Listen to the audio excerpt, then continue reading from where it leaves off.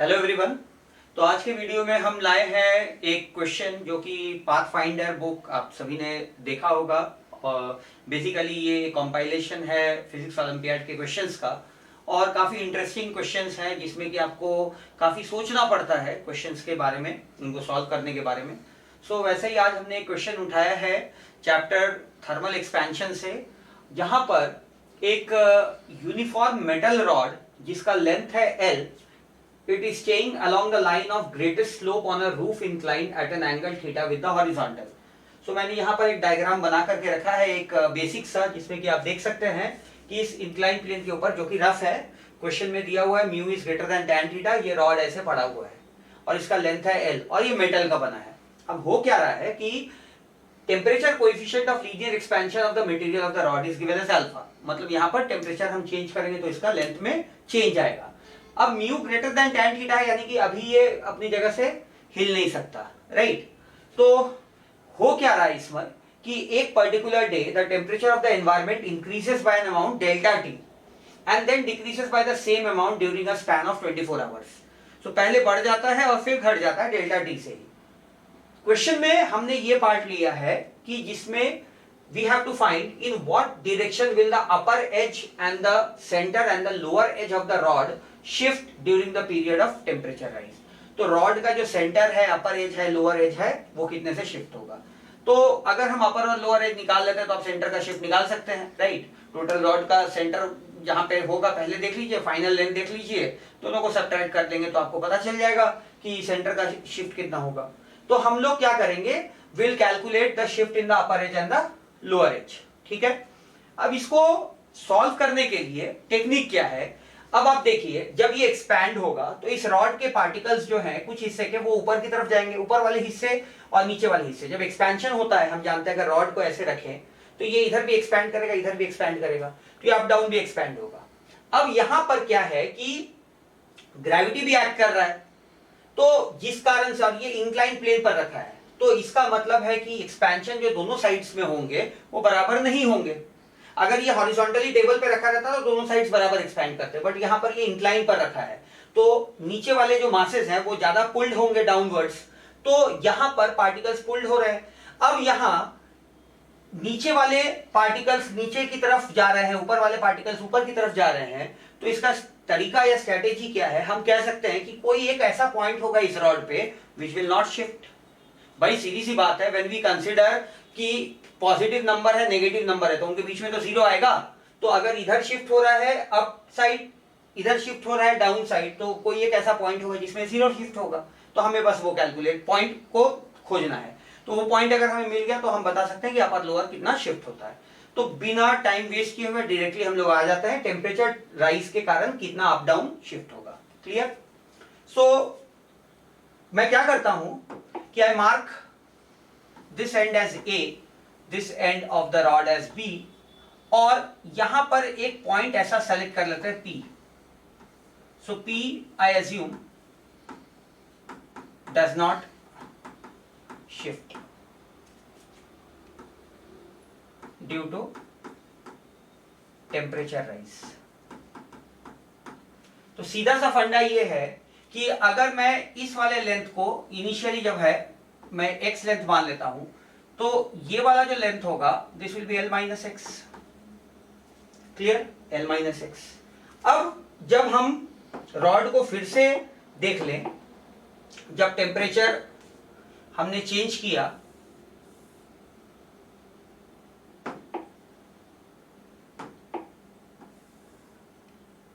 तो यहां पर ये P पॉइंट तो अपनी जगह से नहीं मूव कर रहा। अब ये पॉइंट, इसको हमने A डैश मान लिया, तो ये जो लेंथ है, पहले ये x था, अब टेम्परेचर राइज के कारण इसको हम x into 1 plus alpha delta T लिख सकते हैं। और मैं काम करता हूं, इस लेंथ को मैं एक नाम दे देता हूं, let's call it as L1 T, और x जो है इसको मैं L1 मान के चल रहा हूं। L माइनस एक्स जो है ये वाले लेंथ को मैं L2 नाम दे देता हूं। तो ये जो हिस्सा है पी बी डैश, अब इसका लेंथ L2T अगर मान लें, so this will become how much, L2 जो कि L माइनस एक्स है,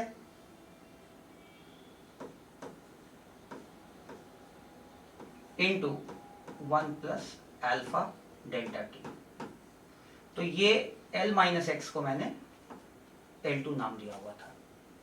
अब चूंकि इक्विलिब्रियम की बात कर रहे हैं और यहां पर अब जो इक्विलिब्रियम होगा दैट विल बी डायनेमिक, और I am sorry not dynamic, मतलब हम लिमिटिंग इक्विलिब्रियम कहेंगे, वो ज्यादा बेटर वर्ड है। लिमिटिंग इक्विलिब्रियम, नीचे वाले पार्टिकल्स नीचे आ रहे हैं, mg sin theta force down the incline, तो इक्विलिब्रियम जब अटेन हो रहा है तो फ्रिक्शन जो है नीचे वाले पार्टिकल्स पे किधर की तरफ लगेगा, अप।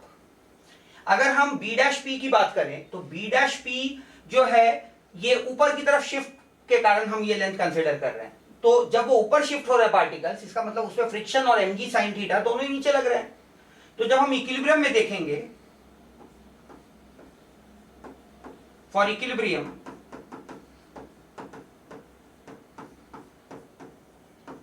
नेट फोर्स 0 होना चाहिए।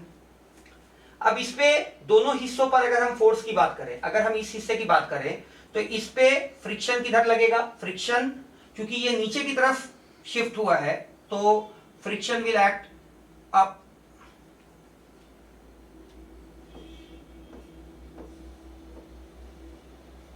और m1g sin थीटा डाउन। इस हिस्से में बात करें तो ये शिफ्ट ऊपर की तरफ हुआ है तो फ्रिक्शन और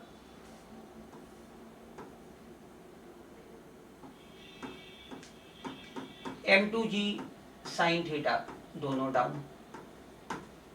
तो इक्विलिब्रियम में नेट फोर्स 0 होना चाहिए, यानी जितने फोर्स ऊपर लग रहे हैं उतने ही फोर्स नीचे की तरफ लगने चाहिए। So what we can say from here कि F1 जो है, F1 will be balanced by total downward force इतना, या F1 minus m1g sin theta is equals to F2 plus m2g sin theta, कुछ भी आप लिख सकते हैं। तो यहां से हम कहेंगे अपवर्ड एंड डाउनवर्ड फोर्स अगर इक्वल करें, so F1 minus m1g sin theta is equals to F2 plus m2g sin theta. बस फोर्सेस को बैलेंस करना है, P पॉइंट अपनी जगह से हिल नहीं रहा। तो मैंने कहा कि इसका शिफ्ट नीचे की तरफ हुआ है, तो नीचे वाले पोर्शन का जो शिफ्ट है मैं इसको यहीं पर लिख देता हूं, लोअर एज शिफ्ट कितने का होगा भाई, पहले इसका लेंथ x था, अब x into 1 plus alpha delta T है, तो लोअर एज का शिफ्ट हो गया x अल्फा डेल्टा टी। वैसे ही ये वाला जो हिस्सा है इसका पहले लेंथ कितना था, पहले इसका लेंथ था l माइनस एक्स, अब इसका लेंथ हो गया इतना, तो यानी कि इसका जो शिफ्ट हुआ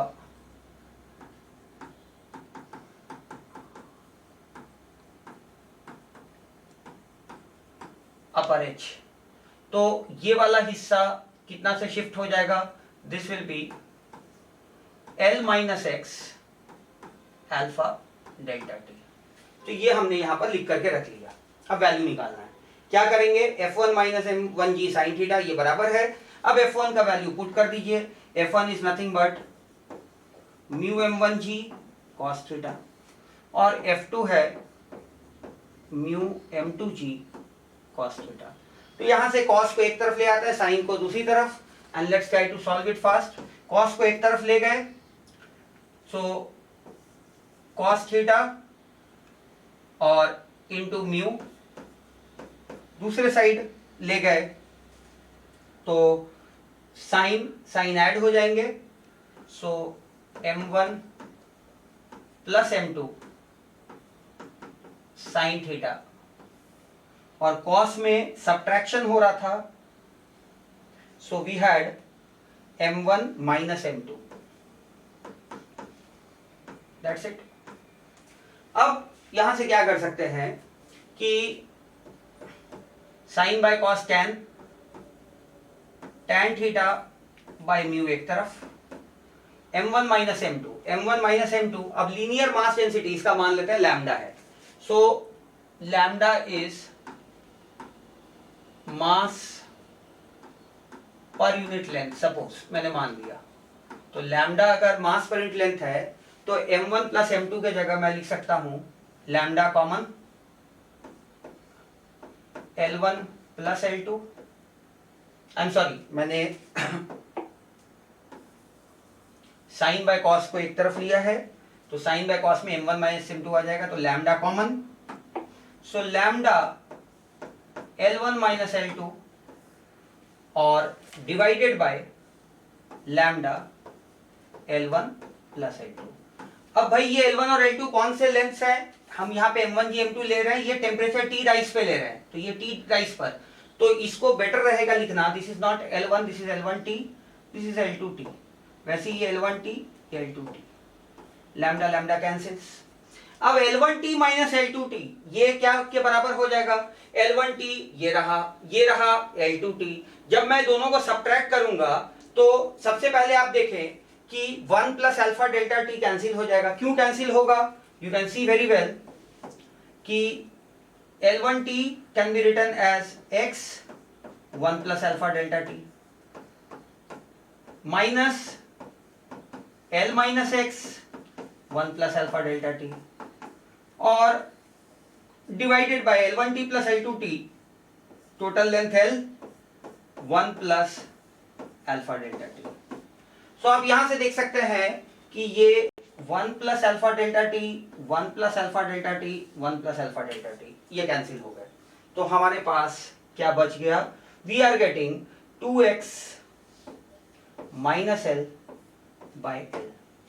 सो tan theta by mu is equals to 2x minus L by L। तो अब हम लोग नेक्स्ट पेज पे आ जाते हैं। सो अगर हम 2x minus L by L को tan थीटा बाय म्यू लिख दें, तो इसका मतलब मेरे पास x का वैल्यू आ गया, मल्टीप्लाई कर दीजिए L tan theta by mu plus L और बाय 2, तो कॉमन लेके L by 2 1 plus tan theta by mu. तो अगर ये x है तो L माइनस x क्या हो जाएगा, L माइनस x में L minus L by 2 minus, so ये आ जाएगा L by 2 1 minus tan theta by mu. तो जब ये दोनों लेंथ मुझे मिल गए, अब मुझे क्या निकालना था, फिर वापस आ जाते हैं। यहां हमने देखा था कि लोअर एज का शिफ्ट पूछा था which is x alpha delta T, और अपर एज का शिफ्ट कितना है L minus x alpha delta t. तो हम यहां से लिख सकते हैं